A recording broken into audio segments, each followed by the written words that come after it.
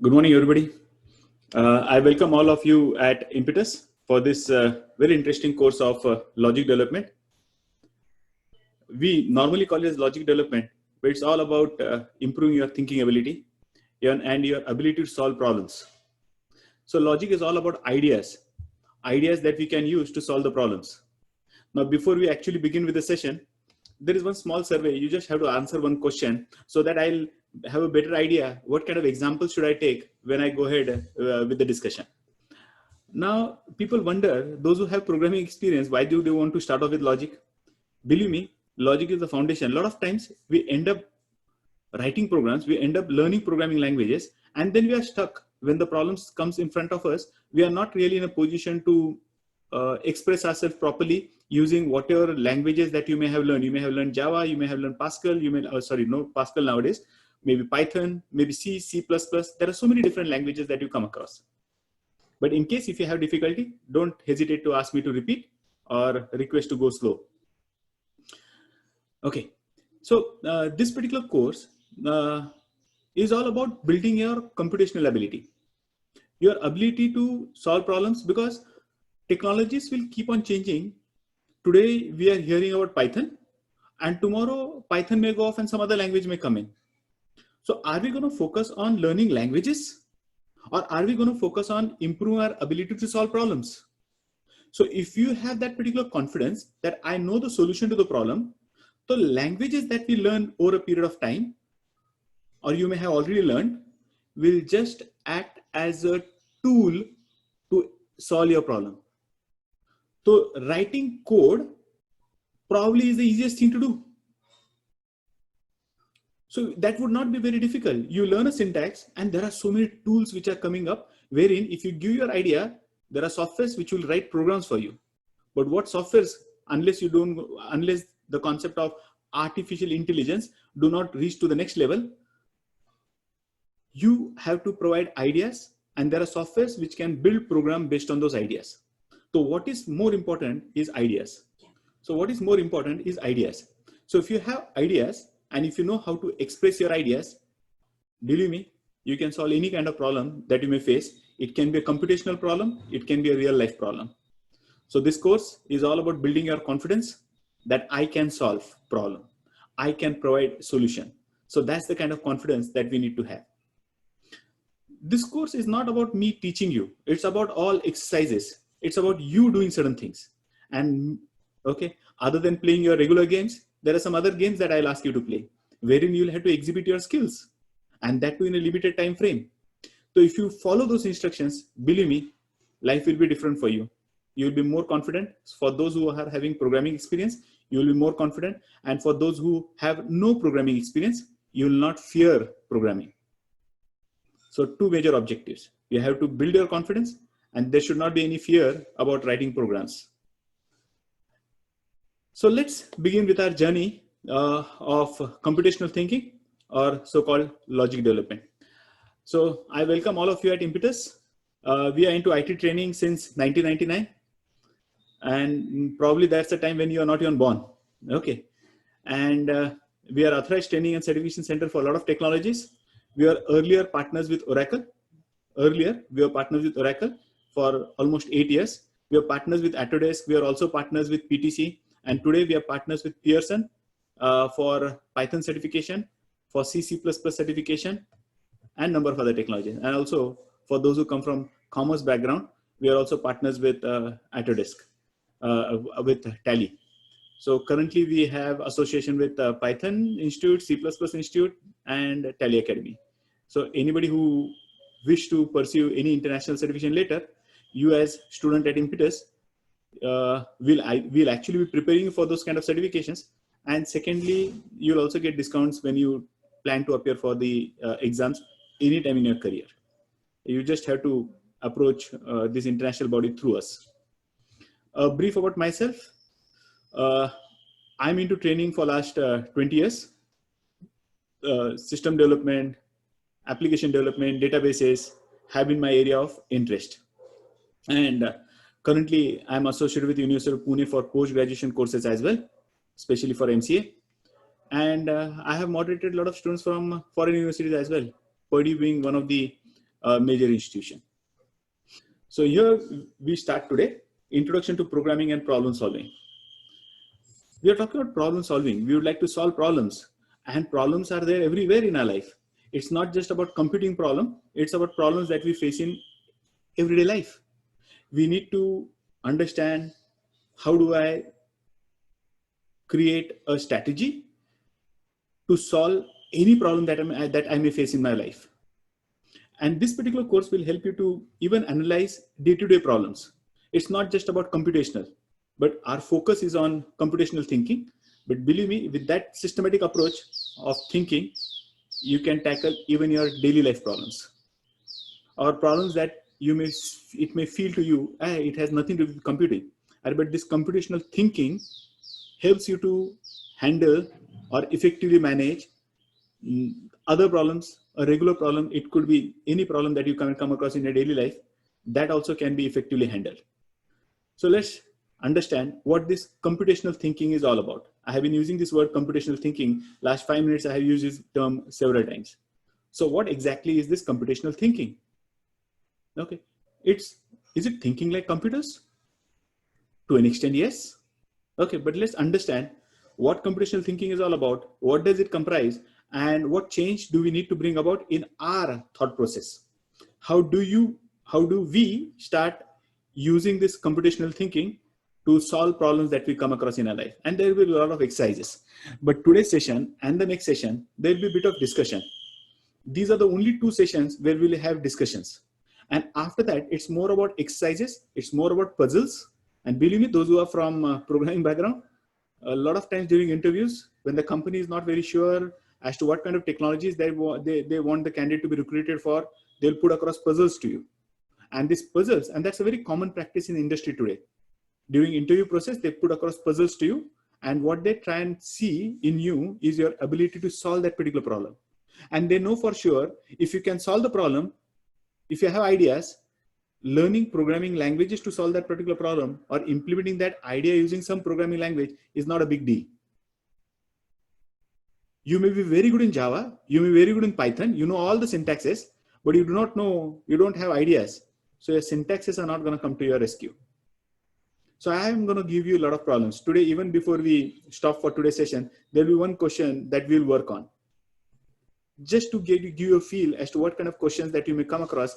And then we are going to express the solutions to those problems as we go ahead. I just do not want you to have solving those problems in your mind, because we work in an age where problems are not always that simple that you'll think in your mind and you'll implement the solution and you'll get the work done. The real world problems are far more complex. And when the real world problems are far more complex, it will be a collaborative effort. Means there will be several team members who will join together to solve that particular problem. Now, if you have something in your mind, what is there in your mind is of no use unless you do not express it in such a fashion that it goes in others' mind also. The others also understand what you're thinking about. So it's not just important that you have thought about a solution. It's also important that can you express your ideas, and expressing in such a fashion that anybody who reads it or who listens to it, it should make sense to him. So that's the skill that we plan to develop. A lot of people say, I know it, I'll do it. That I approach doesn't work in industry or in real life, because problems are not always that small that you alone can solve that particular problem. It's always a collaborative effort. If you want to be successful in your career, you have to be a good team member. We don't need superstars. We need team members, people who can contribute, who can complete the given small task. And then if there are several people contributing and fulfilling their role properly, the biggest of the problem in the world can be solved. So that is what we'll try and build, that particular ability. So this is all about exercises. Okay, exercises to make sure that your thought process changes. Unknowingly, when a problem statement comes to you, it should become so very natural for you that you start thinking in the fashion that we are going to discuss few sessions. And you have to make it a part of your lifestyle, or you have to make it a part of your thinking process, what we are going to discuss. And object me if you feel something is not very appropriate, we'll discuss about it. If you feel, no, sir, this is irrelevant, this is not required, at least in day-to-day life problems, this is not required. If you feel so, please do not hesitate to express yourself. We'll discuss, because this course is all about discussing, understanding. Unless you do not buy into this particular idea that this particular thought process is going to work, you're not going to use it. So let's begin with computational thinking. And I advise everybody, especially when we are going for online sessions, I'll give you 2 minutes if you want. Everyone amongst you should have a notebook. At least the next time you're going to have a fresh new notebook, because there are a lot of exercises that we need to solve. So let's start. So what exactly is computational thinking, and what changes are we supposed to bring about? Okay. So a lot of time people have, oh, I do not want to be a computer programmer, so I should not bother about computational thinking. Now that's a wrong thought. You may be a doctor, you may plan to pursue career in medicine. You may want to go into management. You may want to be an architect. You may want to be a programmer. Or you may go into any field, right from sales. Okay. This computational thinking is for everybody. It's not just for writing programs, although our focus is going to be to an extent on your ability to write programs. But this approach, the initial discussion that we're going to have for the next 2 sessions, is going to help everybody, whatever may be your career choice that you make in future or you're currently into. So it's not just about, I am very serious about it. It is for everybody. Every professional have to have this particular thinking, and you'll understand why am I saying so. Because it addresses, it's all about fundamental thought process as to how you look at a problem.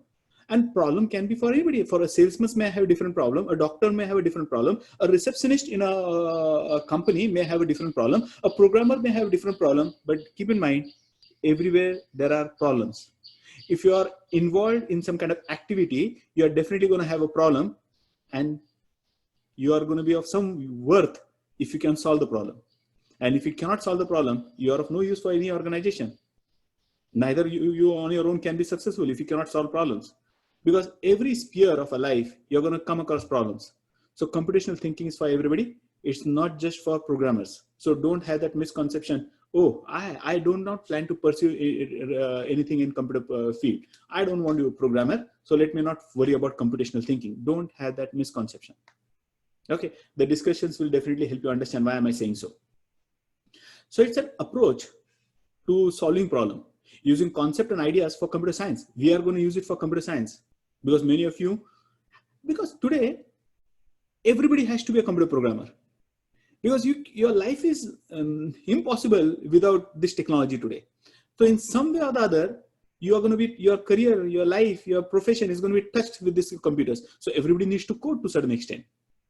But then, although the definition says so, but this thought, this technique is actually going to help you to solve any problem that you come across in real life. But if you look at the definition, it says it's a computational thinking is an approach to a solving problem. So it's about what kind of approach do we have to look at a problem. Okay, using concept and ideas from computer science. So there are a lot of things that you're going to learn, a lot of terminologies today. So there are 4 basic terminologies that I'm going to introduce you to. So these could be terminologies that all those who come from computer background we are familiar with, but we are going to use them to solve real life problems as well. And then we have to be in a position to express a solution to those problems so that they can be run on a computer. And if you can run something on computer, you could very well otherwise do it in your real life as well. So it's not just to, but our focus is to express the ideas in such a fashion that we can put the computer to use to solve that particular problem. So it's an approach about problem solving. So how to solve a problem, there is a technique that I'm going to discuss with you all, and you have to adopt it.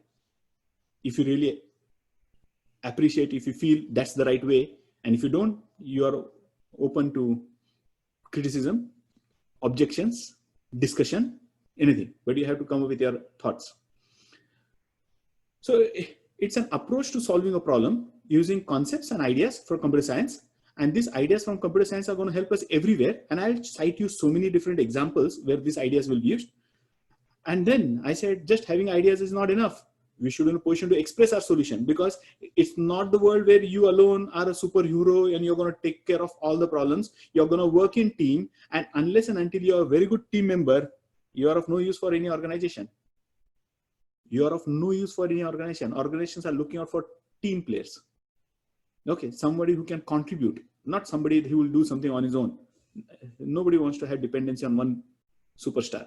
They want people who can contribute and work in a team.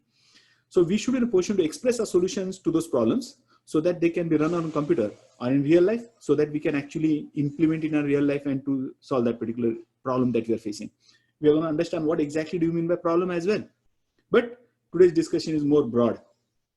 Okay, I know some of you, them are, we couldn't reach them. So there are a few more students who are expected to join next session.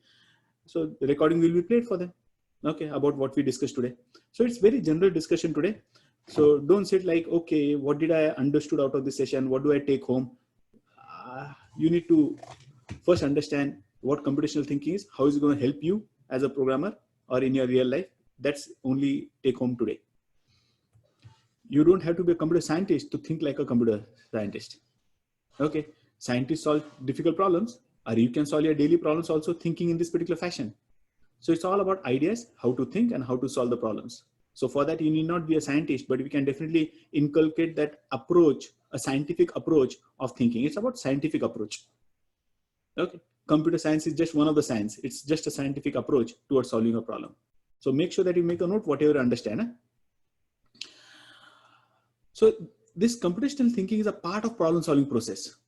And for us as programmers or would-be programmers, it ends up with writing a program. Okay, so what exactly do you mean by program? In simple words, you write something that we want computer to execute. Okay, and at times your objective may not be to run it on the machine. It could be to execute in your real life. That could also be the case, to put it in a broader perspective. Okay, so computational thinking, I'm going to cite you some real life examples just to bring about this difference. This computational thinking is not just going to help you to solve problems on machine. It's going to help you, or rather whatever computer scientists, whatever problems they solve are really addressing real life issues.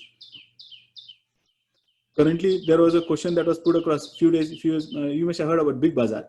Now, those stores, retail stores, they have a big question in their mind: how much to stock and what items to stock. Now, is it a computational problem or real life problem? For their business to be successful, they have to make a right choice. Which time of the year, what items should be present in the store? Now, they cannot think at the last moment when the customer walks into the store, and then they will, the customer demands for something and that item is not there, and then they will rush to fetch that item from the go down and then get it into the store. That's not going to work. So they have to have some kind of models. They have to have some kind of algorithm. They have to have some kind of idea to predict, okay, what would customers in this time of the year may be looking out for. And they have to stock those items in advance. Who will stock the right items in advance at the right time or right time period of the year? That's the company that will be benefiting most with their sales. Their sales will improve. Otherwise, customer walks in, you take a lot of efforts to get the customer into your store. And what happens? He goes out without purchasing.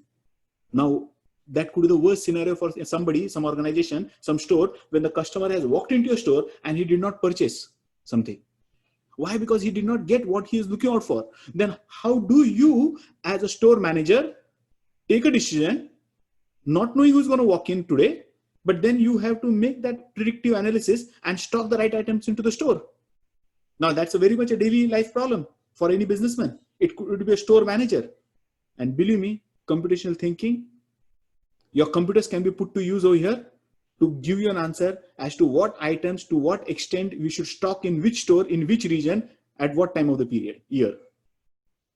So if you feel computational problem is all about mathematics and it's only about doing something which has nothing to do with real life, computers today are so very integral part of our lifestyle just because they're addressing to our daily needs. So we can use this thinking process, you can use these computers to solve business problems, day-to-day life problems. I just cited you one example of having right item in right quantity in our store as a stock at the right time of the year. Okay, so there is a lot of analysis that will go into it. There is a lot of churning of data that will go into it. And if you decide to do it on your own, that is going to take you ages for you to come with an answer. So we are going to use computational power, which will just speed up that particular process so that we get the result very quickly, because things are so very dynamic in the market today. We want answers as quick as possible. So computers are just going to speed up that particular operation. They don't get tired doing the repetitive task every now and then. We as human may get tired. You may be a very good mathematician, and if I ask you to work 48 hours, 72 hours at a go, you will give up. Computers won't give up. They can do repetitive kind of problems, they can solve, and they can just keep on solving till the time the power is not off. They can keep on doing it. So we are just going to make use of this computational power to speed up of a process. It's not going to replace you and me. It's our idea. We are just asking the calculations to be done. We are asking the computer to do the calculation for you. Thinking is done by us. Calculations are done by computers. And based on the results, we are going to take an action. So this computational thinking is going to be used everywhere. So don't form an opinion. It's only for people who come from programming background. It's for the banker. It's for a store manager. It's for everybody. It's for a doctor. It's for a receptionist. A simple receptionist also has to take. Many of you must have seen a receptionist in a hospital or in any office and something. And she could be a personal assistant to a manager or somebody. And she has to do so many things. She has to schedule the things. There are so many requests. Or there could be, you would like to seek an appointment for a principal, and you may not be the only one who is seeking an appointment for the principal, or your parents want to meet your principal or somebody in your school or college, and there can be some number of other parents who are also seeking out for the same thing. Now there is a problem in front of the receptionist. She has to schedule in such a fashion that she can ensure that maximum number of parents get an opportunity to talk to the teacher. Objective could be anything. Now to fulfill whatever objective that she has a big problem in front of her, which she needs to solve. Computational thinking will help over there as well. Scheduling the activities. So computational thinking is everywhere. And I'm going to tell you about techniques which are there in computer science, which will help you, which will help this receptionist who's sitting to solve her problem. A proper schedule to be created, because she will have her own ideas, and we are going to use her domain experience. And we are going to build a solution so that if tomorrow she is replaced by a fresher, first time at that particular place, and she doesn't have an experience as the previous receptionist has, she was managing the entire show very well, and a new person is appointed at her place. We want that new person also to be in a position to do that scheduling as effectively as the previous person is doing. Because if it doesn't happen, our organization is going to suffer. So there is where computational thinking comes over. Everywhere, every aspect of your life. There are problems everywhere, and for every problem, there is a solution. Only thing is, we need to think like a scientist and come with a solution which can be used repeatedly over a period of time. So before you do that, that means before you actually write a program, you need to know how to approach a problem, how to develop a solution that a computer is capable of, and what computer is capable of. So what problems can we pass on to the computer to solve, and what problems we cannot pass to the computer to solve. That also idea that we should have. There are some problems which cannot be solved by using computers, at least now to some extent. And there are some problems which can be very easily solved by the computer. So we have to have that differentiation in our mind also. Some problems we will have to solve. Some problems we can use this computational power to solve that problem. Yes, Kaustubh, I did not get your question.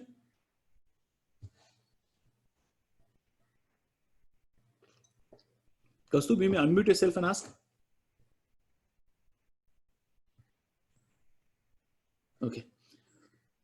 If you type something in chat, make sure that you are a bit elaborative so that I understand what you want to say, or just unmute yourself and ask a question. That's the best way to go ahead, because when you unmute yourself, I hear you, then I start, when I see you on a video, then that bonding happens, and then it's more, personal interaction is good. Na? Why classroom sessions were good? Because we could get to see each other, we could understand, we could, even as a trainer, I could get to see expressions on your face. You understood, you did not understand. So, yes, please. Good one. So actually, by mistakenly, my window was closed. Okay.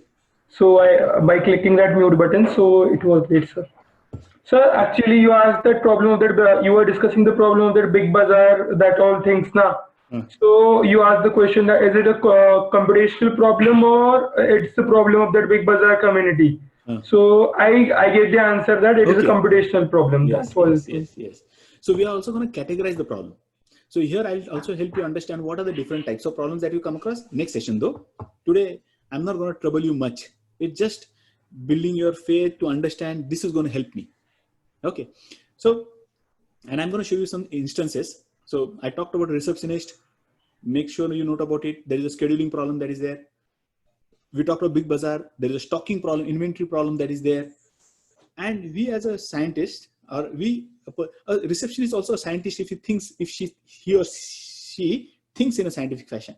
So it's all about having the scientific approach towards solving a problem. It's not of being a scientist, and anybody who thinks in a scientific approach, systematic approach, is a scientist.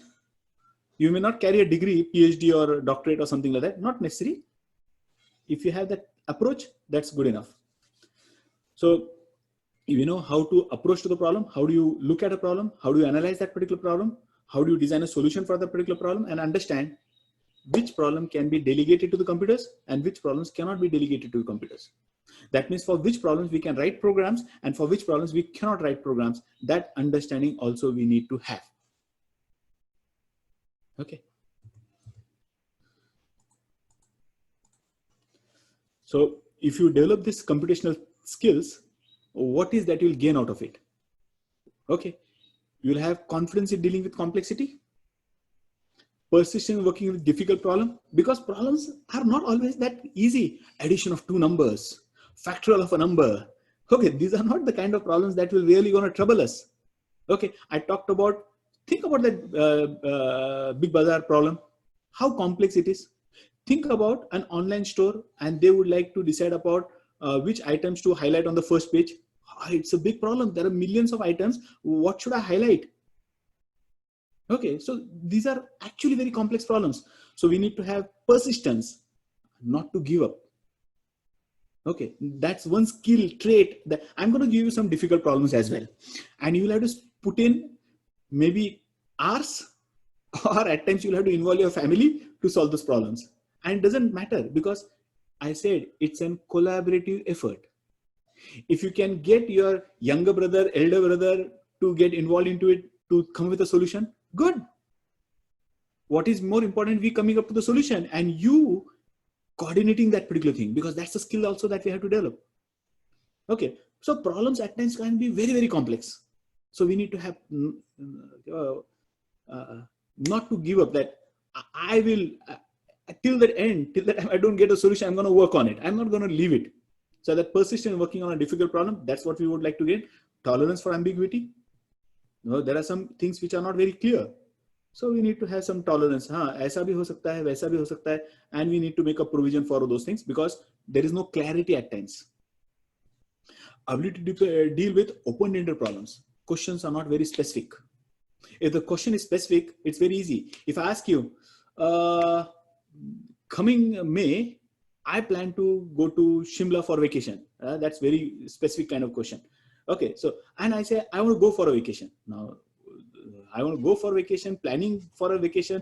Now that's going to be a difficult thing. And if I was very specific, this particular place, then the planning was quite easy. So there are questions which are open-ended, there are questions which are close-ended, but we need to deal with open-ended questions as well. And last and most important, ability to communicate and work with others. This is the most important skill. Every place, what you are on the field, you are in a football team, and you alone are going to score. You may be Maradona, you may be Pele, but they too could not do the things. They could be a good finisher, but they did not take the ball from one post to another post on their own. So you have to work in a team. Okay, so it's a collaborative effort. Ability to communicate and work with others to achieve common goal or solution. It could be hitting as many number of goals in a football game, or it could be winning a cricket game, or even scoring a century. If there is nobody else in from your team standing at the other end, if all the wickets fall, you may be the best of the player, you cannot score a century. Correct. So it's like ability to communicate. You need to tell somebody, I'm good at batting, you please be at the other end, I'll be facing the bowlers, so I'll take most of the thing. So we need to communicate and work with others to achieve the common goal or the solution. So this is something that's the outcome of this computational thinking, what we plan to gain out of this computational thinking. So I hope, yes, Sairam. Sir, open-ended and closed-ended Open-ended मध्ये आहे ना, if I ask you, there are some questions wherein your answer can either be in yes or no directly. So that can be a closed-ended. It becomes very easy for us to decide. And sometimes your answer is not in yes or no. So there exists a possibility. So when it is open-ended, louder? Like digital and analog? Yeah. So their decision making, yes or no, that becomes so very easy. Correct? And sometimes we cannot make that decision, yes or no. That's not that simple. Correct? Over there is, you have to follow various paths to reach you at an uncertain, but goal has to be fixed, but path is unknown. So open-ended problems are difficult. Closed-ended problems are very simple for anybody to solve. Okay, where it's like you have in closed-ended problems, we know for sure these are the only alternatives which are there. So it becomes very easy for us to devise a solution for it, either this or that. I can design solution for both of them. And in open-ended problems, you're not very sure about the alternatives. So there is a challenge when you're not very sure about the exact number of possibilities that exist. And then life is difficult. And we have to deal with those open-ended problems. Closed-ended problems are quite simple to solve comparatively. We're going to take both kind of problems. So we have very good mix of students right now, participants in this meeting. We have some of them who are in their school, some of them who are in their college, and some of them who are working. So it's a very good mix that we have. And believe me, there is something for everybody over here. Okay, for those who are in school, for those who are in college, and for those who are in industry, working in industry. It is going to be a nice mental exercises that we're going to have. And my objective is to bring about some change in you. And it's a promise. You follow me religiously, you do what I say, exercise. At times you may not be very clear about why should I do that. But sometimes you have to have faith in the trainer and do it just because he says you do that thing. Sometimes. And if the outcome is good, then you need to continue doing that. If the outcome is not good, then you may not follow me. But at least if the outcome is good, if you see some change, then you should continue doing that. But then change doesn't happen overnight. One solved problem that you solve and you feel there is a change or not. So don't be in a haste to reach to a conclusion whether it's bringing about change or not. Okay, change will come over a period, progressively. So just have faith and do certain things for some period of time. Even as it is said, even to inculcate any habit, we have to do certain things 21 days at a stretch. Then that habit gets inculcated to see some substantial change. So here also, if you start doing this in this particular fashion, that change will come only over a period of time. It will not happen overnight. Thank you all. So we stop here today and we continue with a further discussion. Next session is again going to be a deep dive into some advanced concepts.